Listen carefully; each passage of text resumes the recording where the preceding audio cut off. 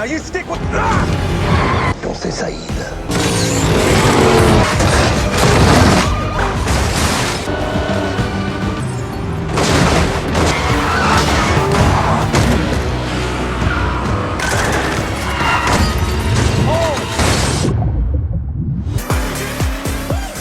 Keep searching, they're close. Cute tiny Jazz. Agreed on that. You said you want to Get that. Ladies, this ain't none of you.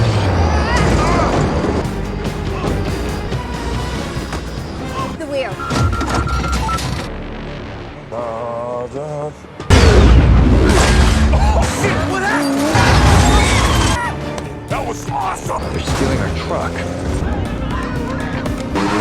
Ready?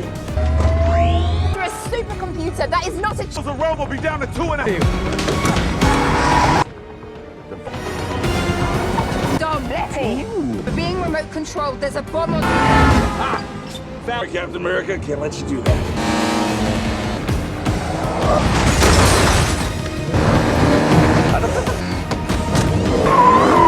Damn it, he's back. Get to it! We have to work! Hurry, my goal, baby! Bomb is out! We got this.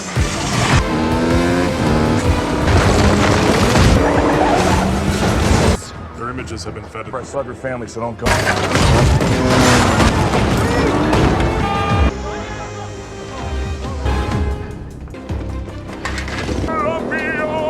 Can we see you get out of this one?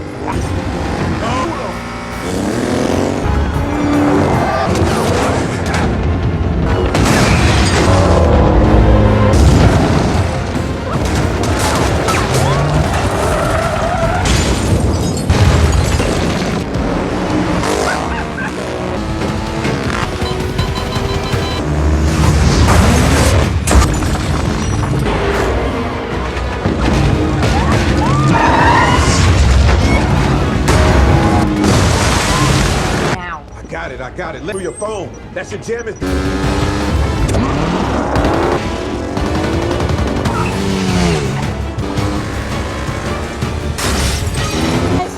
I can't stay on it for much. Smother the explosion.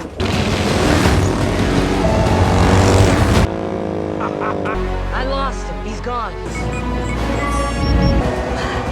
The arm to the bomb, and you're almost at the river.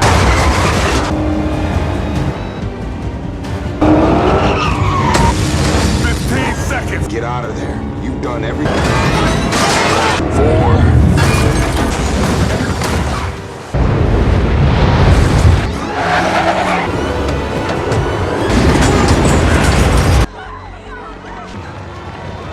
My destiny. Get out. Hide.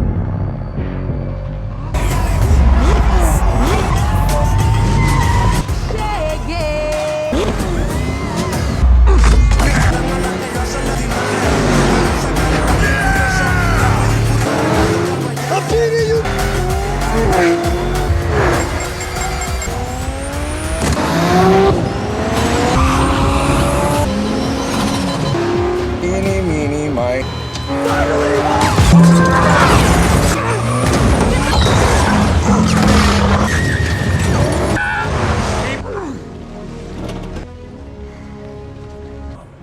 Oh, the days of... What do you...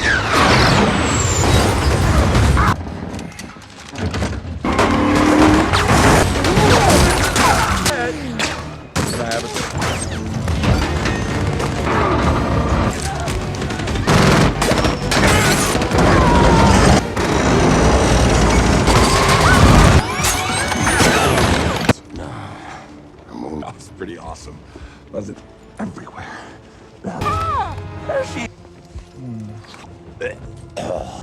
It's so disrespectful. You butthole! Swan Lake. I feel like you're more of a... No! What will you do? 4. Let the god die. Screw. Gotcha. You owe me something for the life you led. Is that for certain? You're gonna be okay.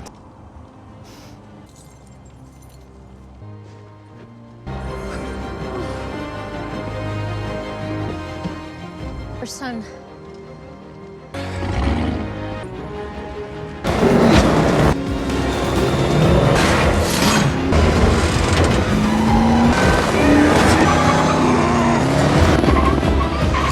My turn.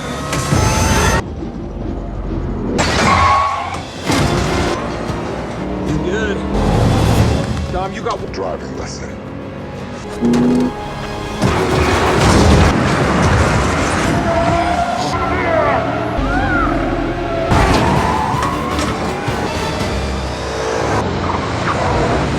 Reach at the airfield.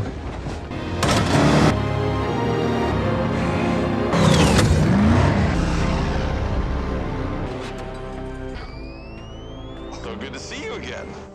I mean, I get it, you're showing off a free. Where I wanted you to.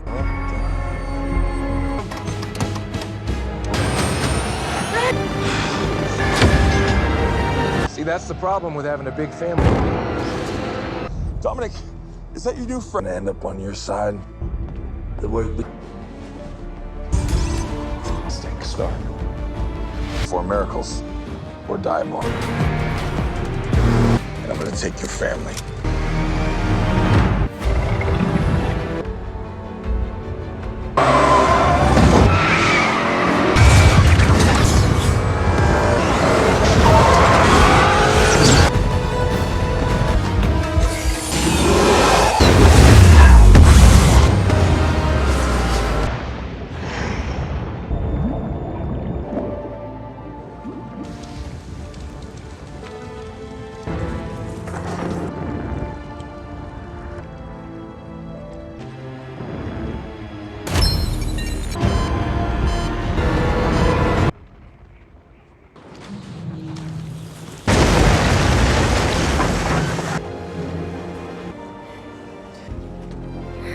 Hey guys, today we are strapping in for a high-octane, gravity-defying, and utterly ridiculous ride through Fast X, where the family mantra gets put through the ringer.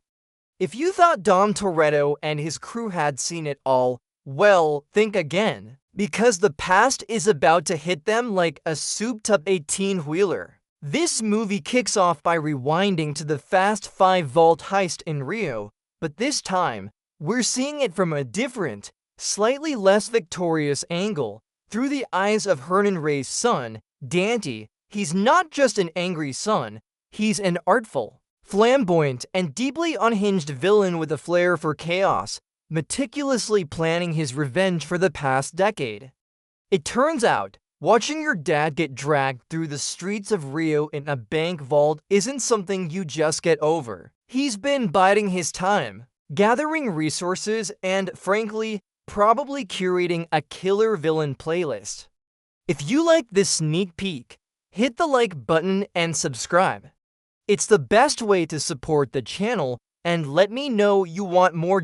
So, we cut to Dante, who's not just a pretty face. He's also a master manipulator. He's got Cypher, the previous movie's big bad, literally tied up and ready to spill all the beans on Dom's crew.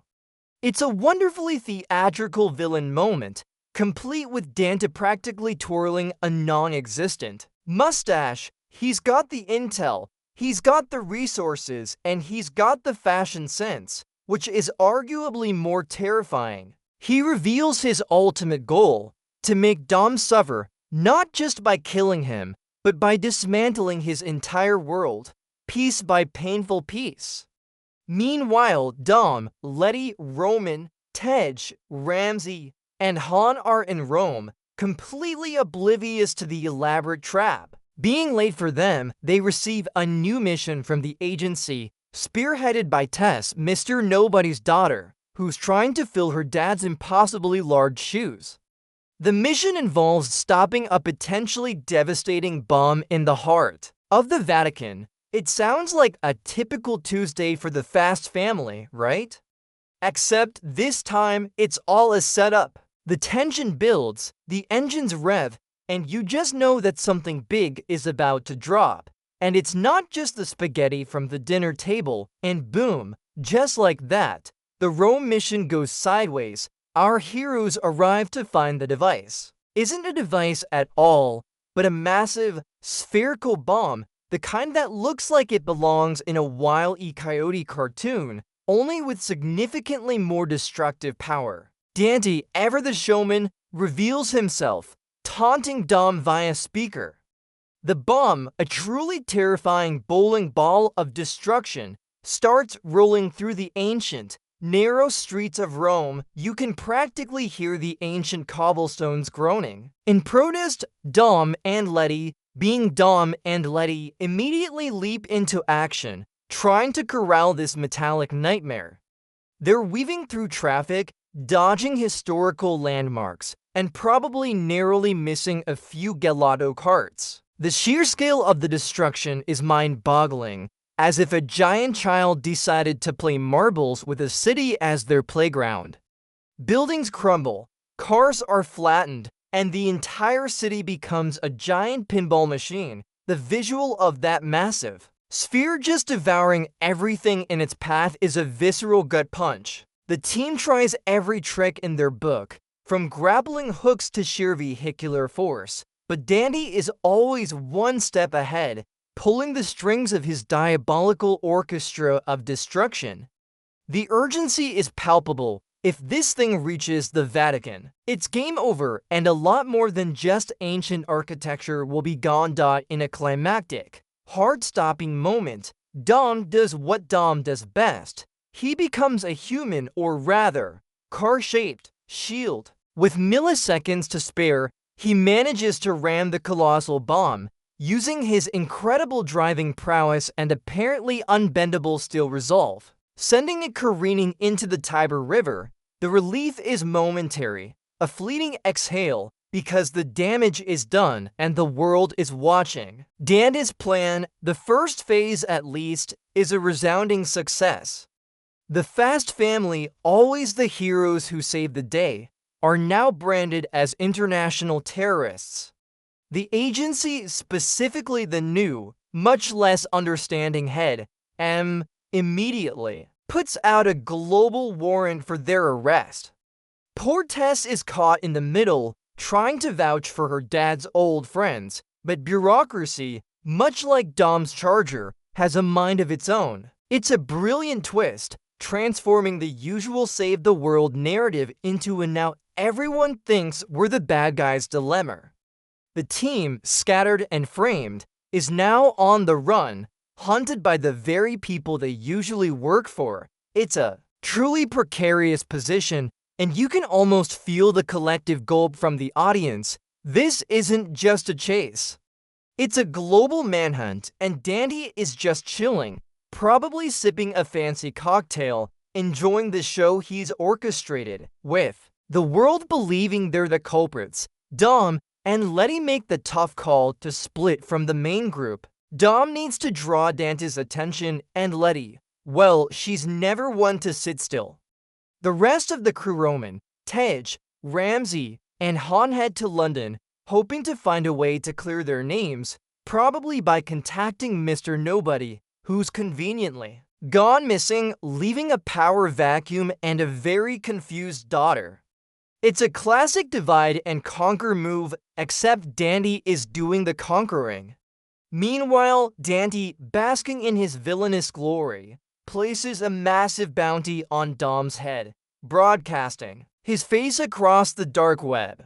Suddenly, every lowlife merc and wannabe tough guy with a souped-up sedan is out to get Dom. It's a truly terrifying concept, transforming the usual street races into a global, deadly game of catch the Toretto. The stakes have never been higher, and the feeling of isolation and betrayal hangs heavy in the air.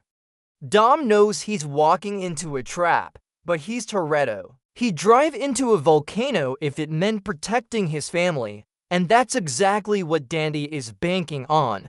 He's not just playing chess. He's playing for D chess with Nigro boosters. In London, the crew, Roman, Tej, Ramsey, and Han, are trying to navigate the murky waters of international espionage without their usual agency contacts. They seek out Mr. Nobody's son, Little Nobody, hoping he can provide some answers or at least a decent Wi-Fi connection. Unfortunately, little nobody is proving to be less helpful and more stick to the rules than his unconventional father. He's got his own agenda, which doesn't include bailing out a bunch of framed fugitives just when things look bleak. Tess, Mr. Nobody's daughter and the slightly more rebellious agency agent, makes her appearance. She's got a soft spot for Dom and his family, recognizing that something isn't right. She provides them with some much-needed intel, hinting at Dante's true power and reach, confirming their worst fears. Dante isn't just some street racer. He's got connections and resources that rival even the agency itself. The metallic clang of the safe house door shutting behind them practically echoes their desperation.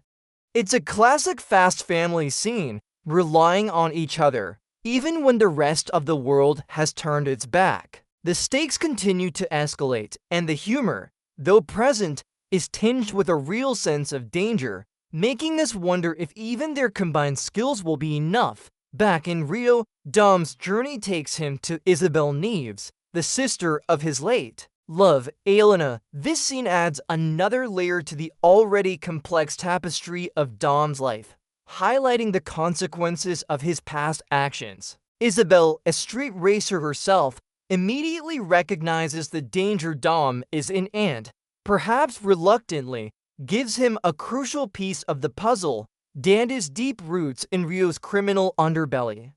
She warns Dom that Dante isn't just a vengeful son, he's a master of manipulation, playing all sides, using fear and money to control everyone. The air crackles with unspoken history and the heavy weight of shared loss.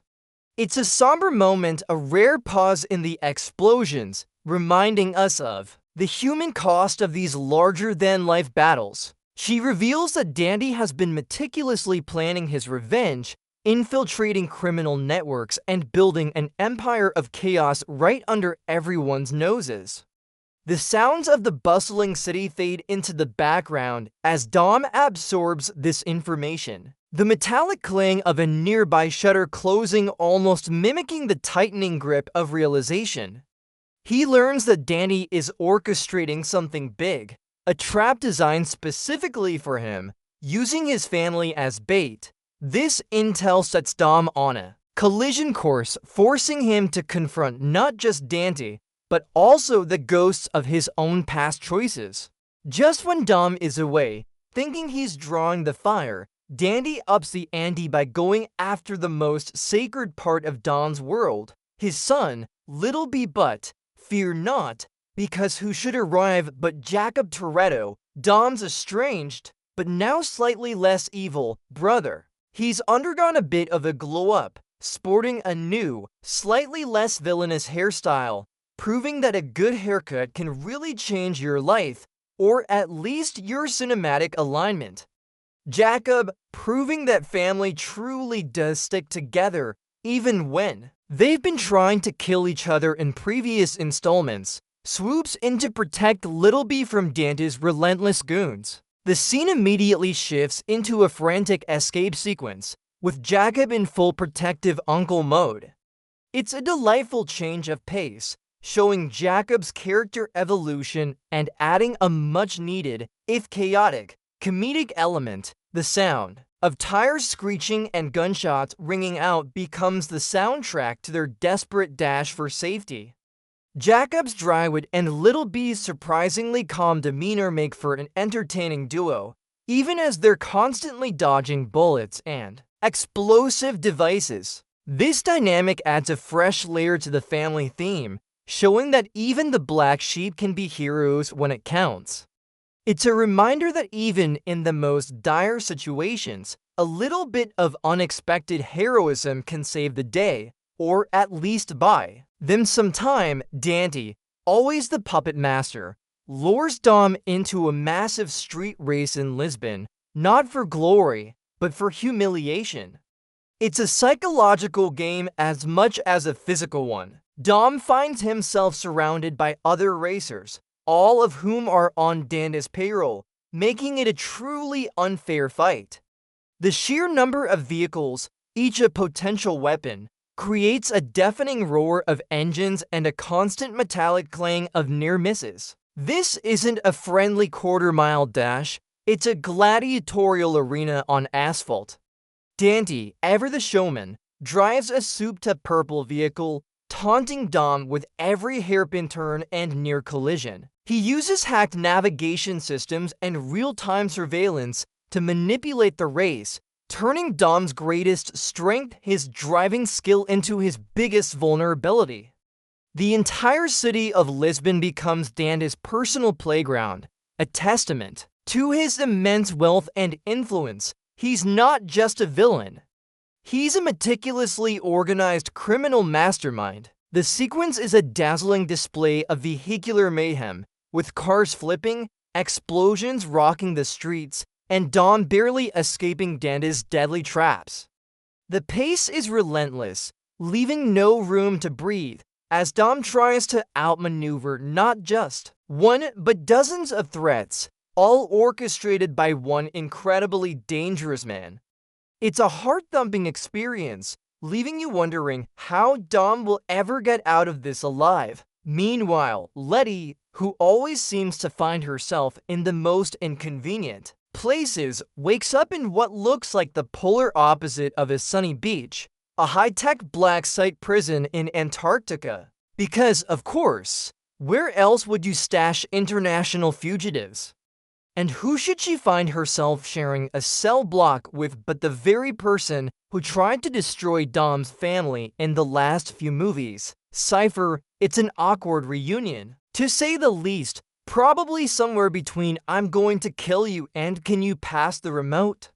Cypher, ever the pragmatist, sees an opportunity for escape and proposes an uneasy alliance. It's a classic enemy of my enemy situation, proving that even the most venomous snakes can find common ground when faced with a bigger, crazier snake. The harsh, metallic clang of the prison cell door closing behind Letty emphasizes her grim reality, a stark contrast to the vast, icy landscape outside. The cold, sterile environment of the prison is a visual metaphor for their bleak situation. The two women, despite their violent history, must now depend on each other for survival. The potential for betrayal is as thick as the Antarctic ice, making every interaction a tense dance of distrust and necessity. This unexpected pairing sets up a compelling subplot, full of grudges, uneasy truces, and a shared desire for freedom, or at least a warmer climate. With an uneasy truce forged, Letty and Cypher, to formidable women who usually prefer to be on opposite sides of a gun, begin their escape from the icy clutches of the Antarctic black site. It's less prison break and more ice-cold ballet of brutality. They work together, trading blows with guards, using their combined skills to navigate the labyrinthine facility. Cypher's strategic mind complements Letty's raw combat prowess, making for a surprisingly effective duo.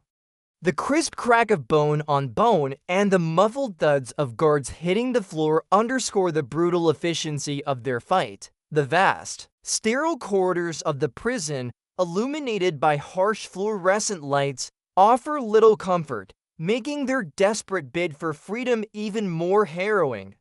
The constant threat of exposure to the frigid Antarctic air outside adds another layer of danger. It's not just about escaping the facility. It's about surviving the environment. Their interactions are still laced with tension and distrust, but a grudging respect slowly begins to form as they face down a barrage of armed guards and automated defenses. This sequence is a testament to their individual strengths and a surprising display of teamwork, showing that even in the most dire circumstances, enemies can become temporary allies when the stakes are high enough. The constant whirring of the automated defenses and the distant howling of the wind outside paint a bleak but determined picture. Meanwhile, Jacob and Little B are having the world's most dangerous road trip. Jacob, taking his role as protective uncle very seriously, is driving a truly ridiculous, custom-built, heavily armored, and ludicrously weaponized vehicle. It's less a car and more a rolling fortress with a rocket launcher attachment, perfect for your everyday school run, apparently. They're tearing across the countryside, constantly dodging Dante's ever-present goons, who seem to have an endless supply of vehicles and a questionable understanding of traffic laws. The constant metallic clang of bullets ricocheting off their armor and the distant rumble of explosions create a chaotic soundscape, underscoring the relentless danger they face. Little B, surprisingly calm for a child in a literal war zone, provides some much-needed moments of levity with his innocent observations, acting as the perfect foil to Jacob's gruff exterior. Their banter is gold, a charming mix of exasperated adult and curious child. Jacob, with his deadpan delivery and expert driving skills, manages to turn every pursuit into a masterclass in vehicular combat, occasionally deploying a rocket to clear a particularly stubborn traffic jam. It's a high-energy chase, filled with spectacular stunts and improbable escapes, cementing Jacob's place as a true Toretto, even if he still occasionally grumbles about it. The whoosh of passing bullets and the roar of their custom engine are constant companions. Back in London, the core crewmen, Tej, Ramsey, and Han are pulling their hair out trying to figure out how to help Dom, the agency, now under Ames's iron fist, is tightening the net, making it almost impossible for them to move without being detected. Dante, it turns out, isn't just targeting Dom. He's actively trying to dismantle the entire crew's network, cutting off their resources and allies. It's like playing a video game on its hardest difficulty setting, but with real-world consequences and significantly more explosions. The frantic clicking of keyboards as Ramsey tries to hack into impenetrable systems, and the worried murmurs of Roman and Tej echo the growing despair.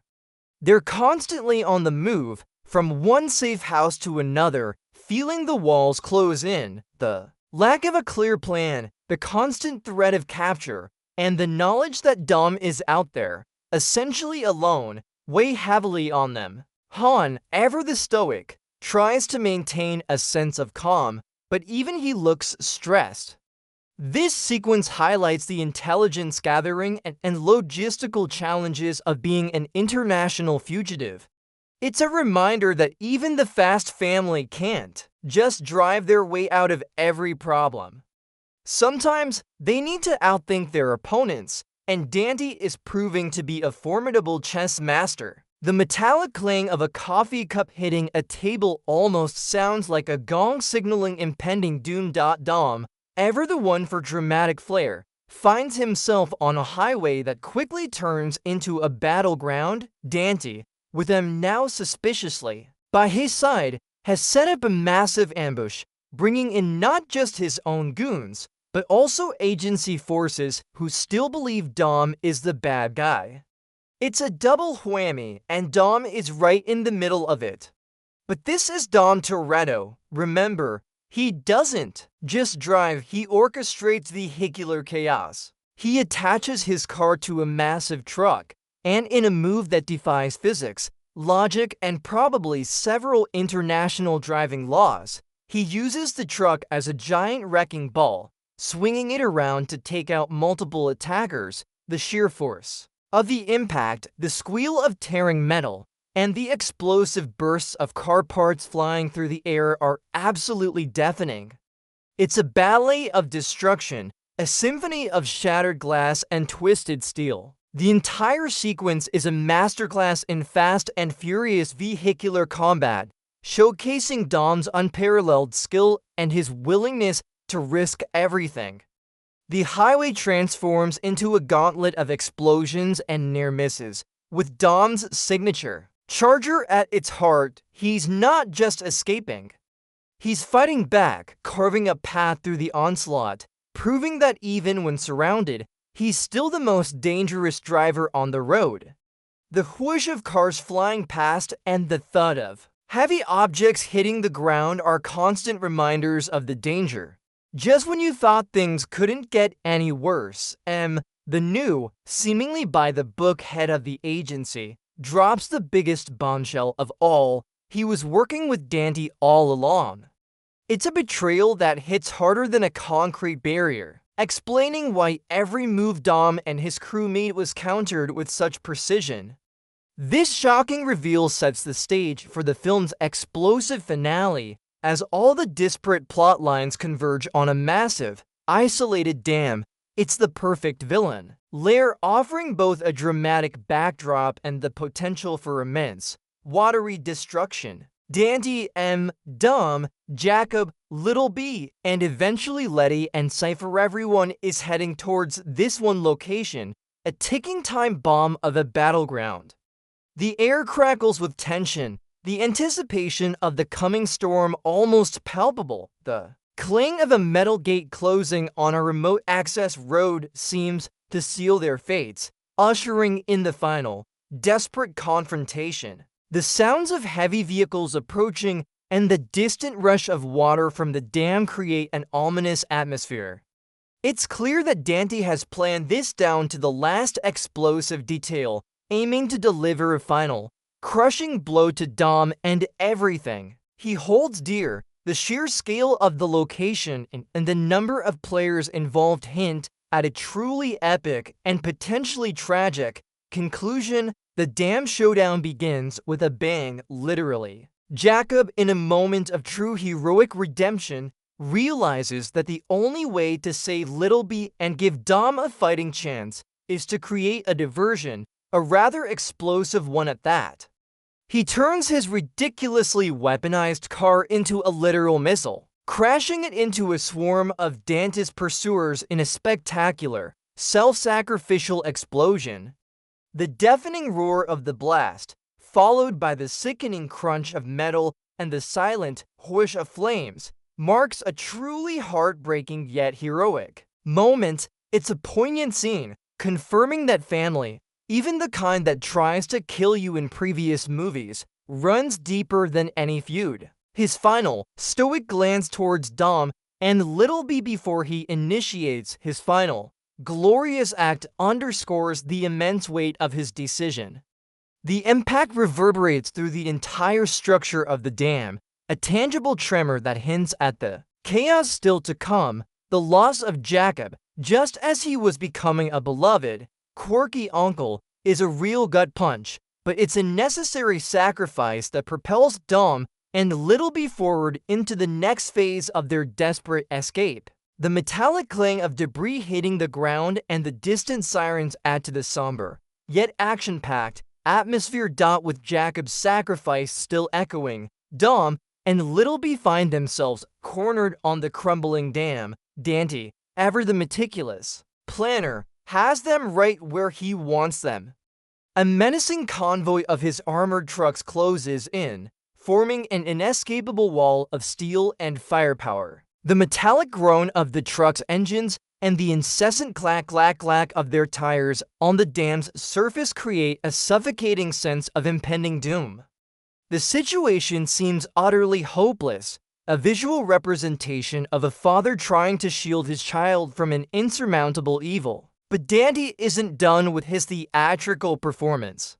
He then reveals his ultimate torment, a massive cargo plane, now flying directly overhead, which he promptly shoots down. And inside that plane, the rest of Dom's crew, Roman, Tej, Ramsey, and Han. The terrifying whoosh of the falling plane and the subsequent boom of its impact send a shiver down your spine. It's a horrific moment, designed purely to make Dom suffer, forcing him to watch his extended family plummet to what seems like certain death. The sheer cruelty of Dante's actions is palpable, leaving Dom with an impossible choice, the sinking feeling that he's truly lost everything. The air is thick with the smell of smoke and the acrid tang of despair. Just when all hope seems lost, a miracle, or at least a very convenient plot device, arrives. Letty and Cypher, having miraculously escaped the Antarctic black site burst onto the scene in a submarine that apparently decided to take a detour to the dam because why not? At this point, a submarine showing up mid-dam collapse feels perfectly normal in the Fast universe. The sight of their submarine breaking the surface of the dam's reservoir, slicing through the water with a triumphant whoosh, offers a glimmer of hope amidst the utter chaos. They immediately witness Dom's impossible predicament, trapped, with little B as the entire structure begins to buckle under the strain. The ominous creaking and groaning of the dam's concrete and the rush of water as cracks appear are truly terrifying, signaling that the environment itself is now a character in this deadly drama. Letty, seeing Dom's desperation, springs into action, ready to fight her way through Dante's remaining forces. Cypher, ever the reluctant ally, also recognizes the dire situation and lends her formidable skills. The combined force of these two powerhouses arriving on the scene injects a much-needed jolt of adrenaline, but the question remains, can they possibly turn the tide against Dante's meticulously orchestrated destruction, or are they simply arriving in time for the grand finale of a tragedy? In the film's shocking climax, the dam, unable to withstand the relentless barrage of explosions and structural damage, begins to crumble. Water bursts through massive cracks, and the entire landscape transforms into a watery hellscape. Dom, with little B by his side, has one last impossible choice. With Dante's trucks closing in and the dam giving way beneath him, he executes his signature move, a leap of faith, driving his charger, with his son in the passenger seat, off the collapsing structure and into the churning waters below. The terrifying splash as the car hits the water, the subsequent glug glug glug as it rapidly sinks, and the deafening rush of the collapsing dam are all sound cues that highlight the sheer desperation of the moment. It's a truly heart-stopping visual, a father's ultimate act of protection, even if it means plunging into an unknown, watery abyss. Dante, watching from above, a chillingly triumphant smile on his face, activates explosives rigged to the dam's remaining structure, ensuring that Dom and Little B are trapped underwater, seemingly without a hope of escape. The screen fades to black on a truly gut-wrenching cliffhanger, leaving the audience gasping for air and wondering how on earth Dom Toretto will drive his way out of this one, or if this is finally the end of the road. It's a brutal, unresolved ending, designed to leave you utterly desperate for the next installment. Just when you thought the emotional roller coaster was over, the film delivers a final, jaw-dropping punch in the post-credit scene. We see a submarine surface in a remote location, and who should emerge from it, looking absolutely fabulous and completely unscathed, but Giselle Yashar. Yes, that Giselle, who we all thought had met her untimely demise in Fast and Furious 6 during a truly spectacular plane sequence, her sudden reappearance, the whoosh of the submarine hatch opening, and her calm, almost ethereal presence sends shockwaves through the Fast fandom. It's a classic Fast move, bringing back beloved characters from the dead, proving that in this universe, gone often just means on a very long vacation. This reveal not only sets up an intriguing subplot for the next film, but also suggests that Mr. Nobody's network is far more expansive and mysterious than we ever imagined, and perhaps not everyone has been telling Dom the full story. It's a tantalizing glimpse into future possibilities, reminding us that even when things look bleak, the Fast family always finds a way to expand, adapt, and surprise us, keeping us on the edge of our seats and eagerly awaiting the next chapter. In this wild, wonderful saga, and there you have it, folks, the wild, bombastic, and utterly unforgettable ride that is Fast X. This film reminds us that even when the road ahead is filled with unprecedented dangers and seemingly insurmountable obstacles, the bonds of family, both by blood and by choice, remain the strongest force. It challenges our perception of loyalty, loss, and the lengths we'll go to protect those we love. While the ending leaves us with a heart-stopping cliffhanger, it also ignites a spark of hope, a belief that even from the deepest depths, there's always a way forward. It's a testament to resilience, an ode to never giving up, and a powerful message that true strength comes from unity. So as we reflect on Dom's journey, let's carry forward that spirit of unwavering determination and the enduring power of family.